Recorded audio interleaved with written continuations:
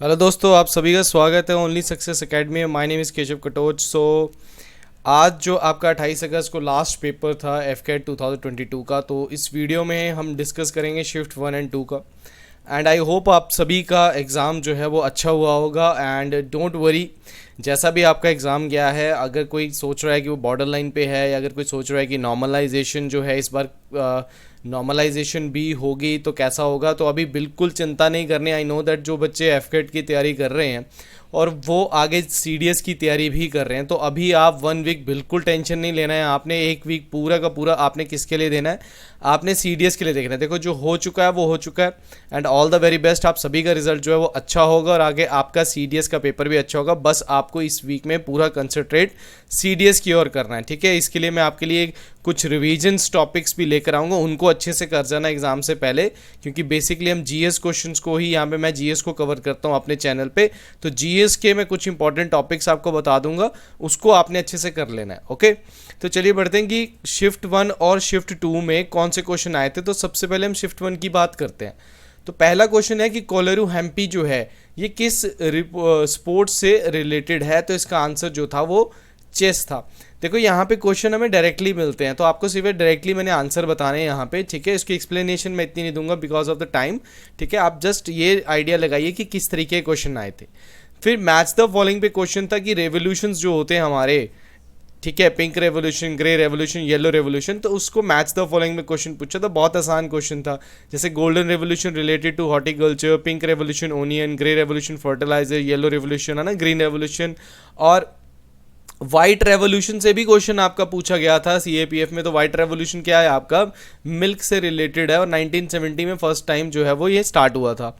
Next है कि इन्होंने पूछा, ये तो देखो सिंपल क्वेश्चन था, ये तो सभी को पता होता है कि इंडियन आर्मी के पहले जो चीफ कमांडर इन चीफ थे वो कौन थे? General KM Cariappa. इनको फील्ड मार्शल का टाइटल भी दिया हुआ है ना। आप मुझे कमेंट सेक्शन में बताओ कि फील्ड मार्शल हमारे कितने, और नेक्स्ट जो और एक और हैं फील्ड मार्शल वो कौन है ना। Which Indian site is added recently? UNESCO 2021 में कौन सी हुई थी? मैं क्लास में कई बार बता चुका हूँ आपको, ठीक है। धोलावीरा साइट है एक हमारी, धोलावीरा जो है हड़प्पन संस्कृति की साइट है गुजरात में, और एक रामप्पा टेम्पल है जो कि आपका कहाँ पे है? तेलंगाना में है। तो ध्यान रखिएगा, इस तरीके क्वेश्चन पूछे जाते हैं। उसके बाद इन्होंने बोला व्हाइट लिली जो नेशनल फ्लावर कौन सी कंट्री का? तो that is Bangladesh.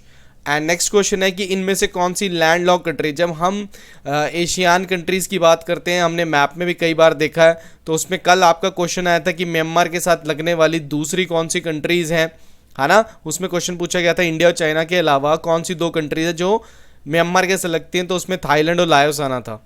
First Indian captain of cricket team was after independence, that is Lala Amarnath. तो ये क्वेश्चंस आपके जो फर्स्ट कौन है, फर्स्ट नहीं है, ये आपको पढ़ के जाने पड़ेंगे। अगर आपसे फर्स्ट लोकसभा स्पीकर पूछ सकता है, आपसे फर्स्ट डिप्टी स्पीकर पूछ सकता है, first prime minister, first president आपसे पूछ सकता है, फर्स्ट भारत रत्न किसको मिला ये पूछ सकता है। इस तरह के क्वेश्चन आपसे पूछेंगे वो। उसके बाद है मॉन्ट्रियल प्रोटोकॉल। कितनी बार मैंने क्लास में बच्चों को ऑफलाइन में भी करवाया हुआ है कि आपके कन्वेंशन से क्वेश्चन आता है, तो मॉन्ट्रियल प्रोटोकॉल से आप क्वेश्चन आया कि it is related to ozone depletion. अगर रिलेटेड टू में आपको वियना कन्वेंशन, कई बच्चों को कंफ्यूजन नहीं होगी। देखो, वियना कन्वेंशन में बात की गई थी कि ओजोन को बचाना कैसे है, और मॉन्ट्रियल प्रोटोकॉल जो था आपका 1987 में हुआ था और ये रेक्टिफाइड 1989 में हुआ।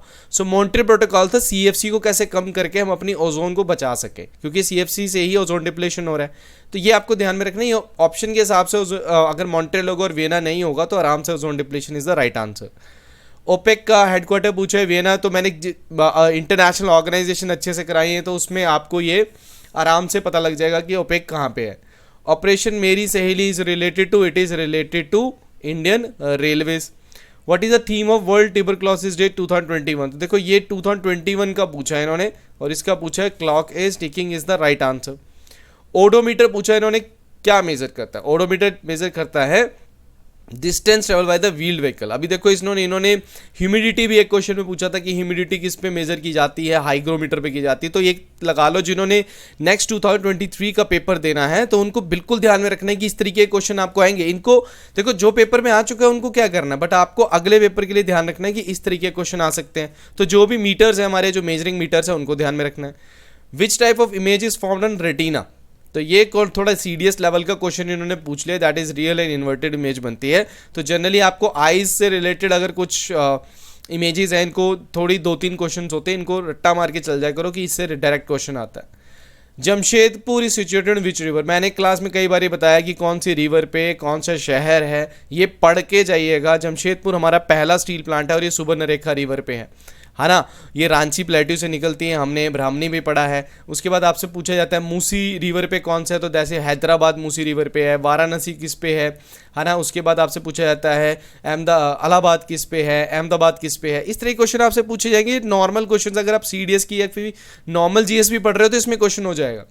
फिर पॉलिटी से क्वेश्चन पूछा है, which statement regarding the prime minister is correct, तो दोनों ही करेक्ट थी। आंसर मैंने बताया कि appointed by the president and he is the head of the union executive. देखो आई थिंक यूनियन एग्जीक्यूटिव का ये जो स्टेटमेंट है ना, आई थिंक ये क्वेश्चन यहाँ पे बोथ और ट्रू नहीं होना चाहिए था।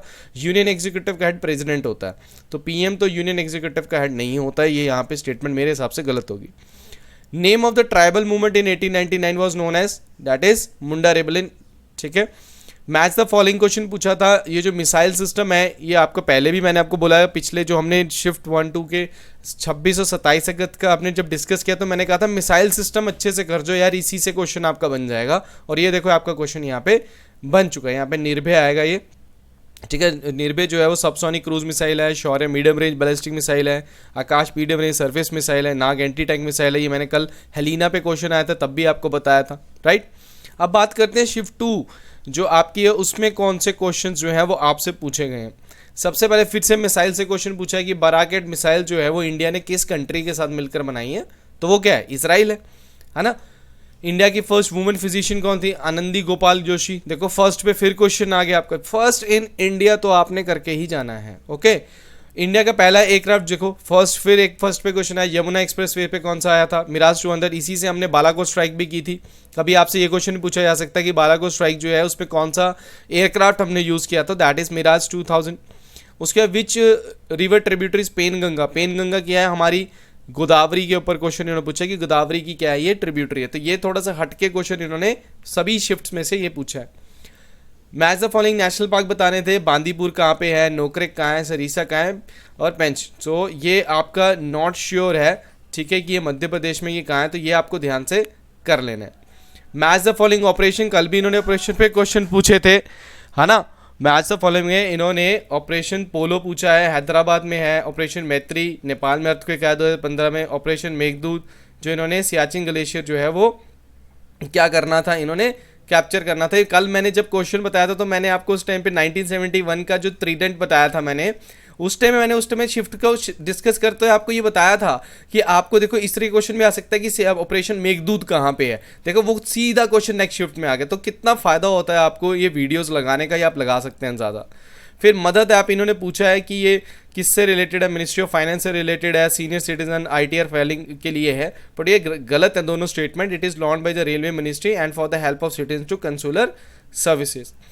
आई हरियाली ऐप जो है ये किस स्टेट की से रिलेटेड है, it is related to Punjab जो कि क्लाइमेट चेंज से जूझ रहा है।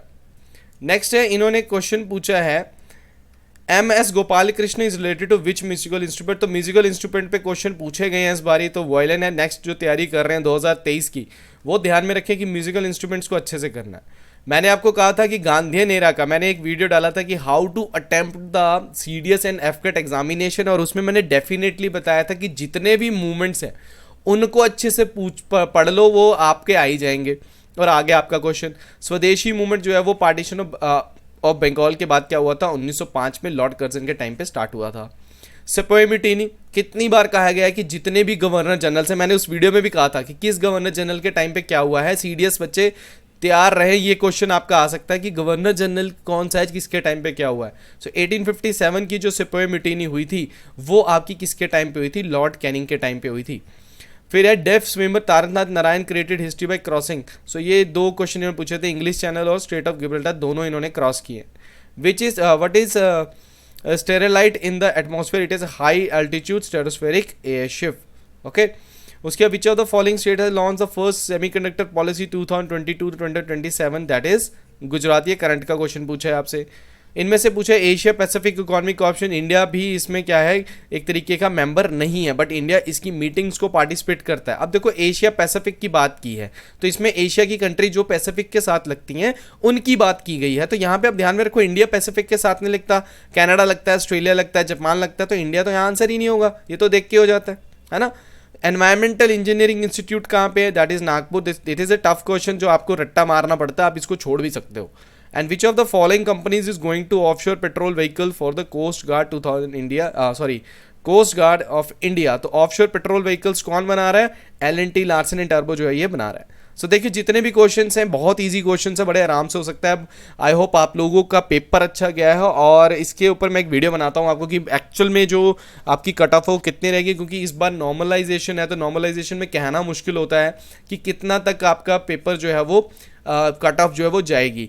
बट ध्यान रखना है, आप अपने CDS के ऊपर कंसंट्रेट करना है, इधर की GS से आप थोड़ा सा आइडिया ले सकते हो। मैं आपको इंपॉर्टेंट टॉपिक्स भी बताऊंगा कि जो आपको CDS से पहले करने ही करने हैं फॉर एवरी GS सेक्शन के लिए, ठीक है।